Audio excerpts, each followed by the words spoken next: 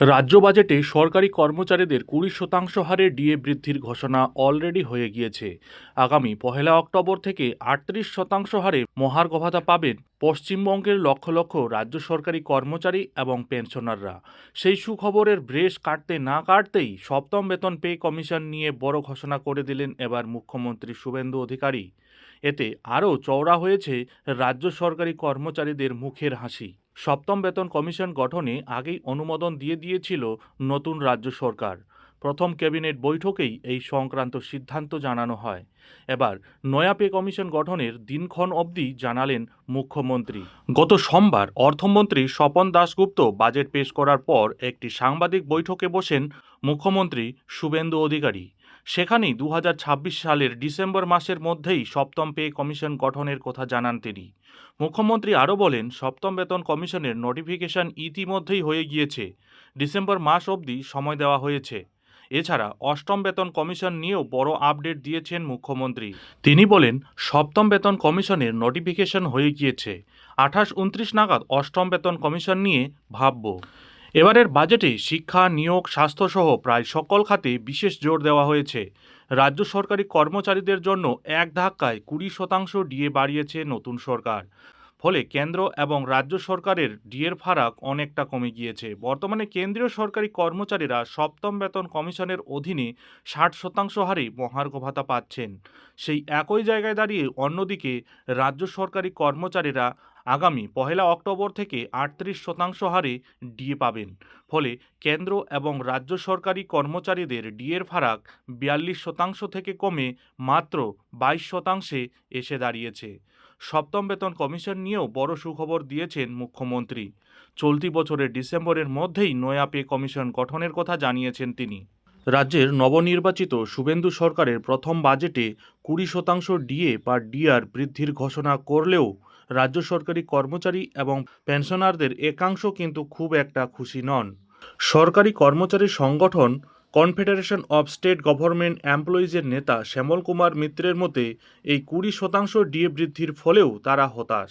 তার মতে নতুন সরকার তার দেওয়া প্রতিশ্রুতি রাখেননি। তিনি তার ফেসবুক পোস্টে এই নিয়ে অনেক লম্বা বিবৃতি দিয়েছেন। চলুন একটু দেখে নেওয়া যাক তার ফেসবুক পেজে তিনি কি বলেছেন। স্থায়ী রাজ্য কর্মীদের ক্ষেত্রে মাননীয় অর্থমন্ত্রী বাজেট প্রস্তাবে ঘোষণা করেছেন আগামী 1 অক্টোবর থেকে অতিরিক্ত 20% ডিএ কর্মচারীরা পাবেন। আমরা খুব হতাশ হয়েছি। তার কারণ আমাদের দীর্ঘদিনের দাবি, আমরা ডিএটা বা ডিয়ারনেস রিলিফটা সরকারের দয়া বা অনুকম্পা হিসেবে পেতে চাই না। আমরা all India consumer price index মেনে বছরে দুবার, ঠিক যেভাবে কেন্দ্রীয় সরকারি কর্মচারীরা, বেশিরভাগ রাজ্যের রাজ্য সরকারি কর্মচারীরা পেয়ে থাকেন, আমরাও অধিকার হিসেবে সেই ডিএটা পেতে চাই। দুর্ভাগ্য, আগামী 1 অক্টোবর থেকে 20% ডিএ ঘোষণা হয়েছে, অর্থাৎ প্রাপ্য হওয়ার দিন থেকে কিন্তু ঘোষণা হলো না। মানে এই বিষয়ে পূর্বতন সরকারের যা নীতি ছিল, বর্তমান সরকারও সেই একই নীতি নিয়ে চলছেন। অর্থাৎ যেদিন সরকারের মনে হবে, যেদিন মাননীয় মুখ্যমন্ত্রী বা অর্থমন্ত্রীর সদিচ্ছার উদয় হবে, সেদিন তিনি একটা ডিএর ঘোষণা করবেন, সেটাও পরবর্তীকাল থেকে দেয়া হবে। আজকে 22শে জুন, আজকে ঘোষণা হলো, দেয়া হবে 1 অক্টোবর থেকে। এমনিতেই মাননীয় মুখ্যমন্ত্রী বলেছেন, 1 জুনের বৈঠকে সুনির্দিষ্টভাবে বলেছেন যে জানুয়ারি 2027 থেকে সপ্তম রাজ্য বেতন কমিশনের সুপারিশকৃত বেতন এবং ভাতা রাজ্য কর্মীরা পেয়ে যাবেন। যদিও তার নির্বাচনী প্রতিশ্রুতি ছিল যে 45 দিনের মধ্যে সপ্তম রাজ্য বেতন কমিশনের যে বেতন এবং ভাতা হবে, সেই বেতন, ভাতা এবং পেনশন রাজ্য কর্মীরা পাবেন। এবং তিনি অষ্টম রাজ্য বেতন কমিশনের কথাও বলেছিলেন, যদিও এই বেতন কমিশন সম্পর্কে সম্যক ধারণা না থাকার কারণেই বলেছিলেন। কারণ ষষ্ঠ বেতন কমিশন শেষ হয়েছে গত 2025 সালের 31শে ডিসেম্বর। সপ্তম বেতন কমিশনের কার্যকালের মেয়াদ হচ্ছে 1/1/2026 থেকে 31/12/2025। কাজেই 31/12/2025 পর্যন্ত এই সপ্তম রাজ্য বেতন কমিশনের কার্যকালের মেয়াদে অষ্টম রাজ্য বেতন কমিশন হয় না। আসলে উনি যেটাতে বিভ্রান্ত হয়েছেন, পশ্চিমবাংলায় একটা পে কমিটি হয়েছিল, সে কারণে পশ্চিমবাংলার 7ম রাজ্য বেতন কমিশন আর কেন্দ্রের 8ম রাজ্য বেতন কমিশন সমতুল।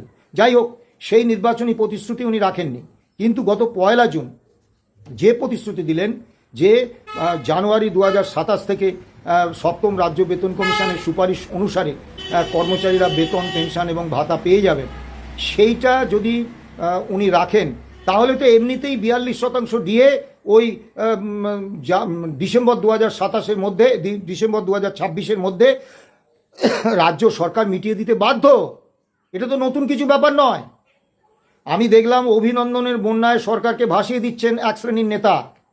তাদেরকে আমি স্মরণ করিয়ে দিই, 1/1/2018 থেকে পূর্বতন সরকার 15% দিয়ে দিয়েছিলেন 1 লপ্তে। তারপরে 1/1/19 থেকে 25% দিয়ে দিয়েছিলেন 1 লপ্তে। কাজে 20% ডিএর ঘোষণা নতুন কিছু নয়, বিরাট বড় অর্থাঙ্কেরও নয়। কিন্তু যে বিষয়টা দাঁড়ালো, এই 20% ডিএ যদি বা আরও কম যদি ডিএ দিতেন, কিন্তু সেটা প্রাপ্য হওয়ার দিন থেকে দিতেন all India consumer price index মেনে, তাহলে আমরা অবশ্যই সরকারকে স্বাগত জানাতাম, ধন্যবাদ জানাতাম। কিন্তু এটা যা হলো, অর্থাৎ রাজ্য সরকার প্রমাণ করে দিলেন যে তারা পূর্বতন সরকারের নীতি নিয়েই চলছেন। All India consumer price index মেনে ডিএ বা ডিয়ারনেস রিলিফ দেওয়ার কোনো ব্যবস্থার মধ্যে তারা যাচ্ছেন না। এই কারণেই গত 1 জুন মাননীয় মুখ্যমন্ত্রীকে আমি বারবার বলেছিলাম যে আমরা আপনার সদিচ্ছার উপর নির্ভর করে ডিএ বা ডিয়ারনেস রিলিফ পেতে চাই না। মহামান্য সুপ্রিম কোর্ট বলে দিয়েছেন DA is a legally enforceable right of the employees, এবং ডিএ মাপার এক এবং একমাত্র শর্ত হচ্ছে, সূচক হচ্ছে all India consumer price index.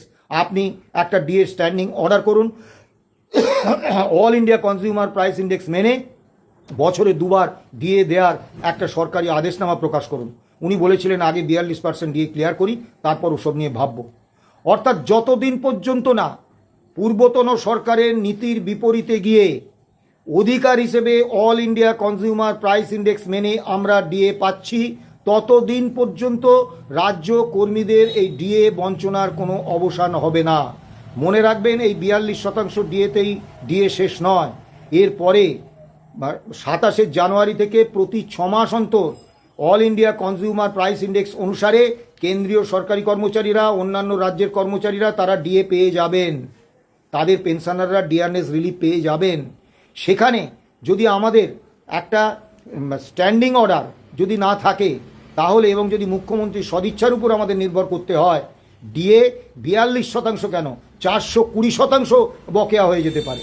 কাজেই আমরা এই বিষয়ে সরকারকে স্বাগত জানাতে পাচ্ছি না, মাননীয় অর্থমন্ত্রীকে স্বাগত জানাতে পাচ্ছি না, কারণ মাননীয় অর্থমন্ত্রী এবং মাননীয় মুখ্যমন্ত্রী সামগ্রিকভাবে সরকার all India consumer price index মেনে ডিএ দেওয়ার যে অধিকার সেটাকে অস্বীকার করলেন। আমরা অত্যন্ত আহত। দুর্ভাগ্যের বিষয়, আমি পুরো বাজেট বিবৃতিটা শুনলাম, কোথাও এই রোপা 2009-এর বকেয়া ডিএ সুপ্রিম কোর্টের রায় হিসেবে মিটিয়ে দেওয়ার জন্য যে অর্থ বরাদ্দের প্রয়োজন, সেই অর্থ বরাদ্দ কিন্তু রাখা হয়নি। সুপ্রিম কোর্টে রাজ্য সরকার হিসেব দিয়েছিলেন যে ওই ডিএ মামলার রায় কার্যকর করতে 41,770 কোটি টাকা তাদের লাগবে। পূর্বতন সরকার পার্সিয়াল কমপ্লায়েন্সের নামে 6,600 কোটি টাকা খরচা করেছিলেন। মানে এখনও ওই রায় কার্যকর করতে গেলে 35,170 কোটি টাকার বরাদ্দ প্রয়োজন। এখন ওই রায় মানার জন্য, ওই রায় কার্যকর করার জন্য মাননীয় মুখ্যমন্ত্রী বা মাননীয় অর্থমন্ত্রী তাদের পকেট থেকে তো টাকা দেবেন না, টাকা তো আসবে রাজ্য বাজেট থেকে।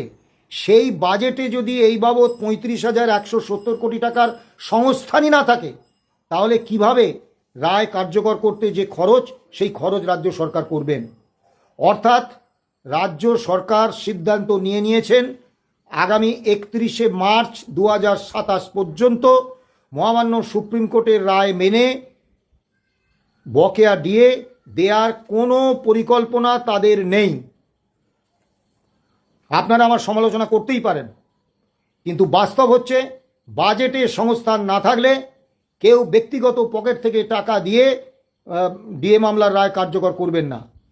একটা কথা অত্যন্ত সুনির্দিষ্টভাবে বলি, নতুন সরকারকে আনার জন্য আমাদের মধ্যেই অনেকে প্রবল উৎসাহে ঝাঁপিয়ে পড়েছিলেন।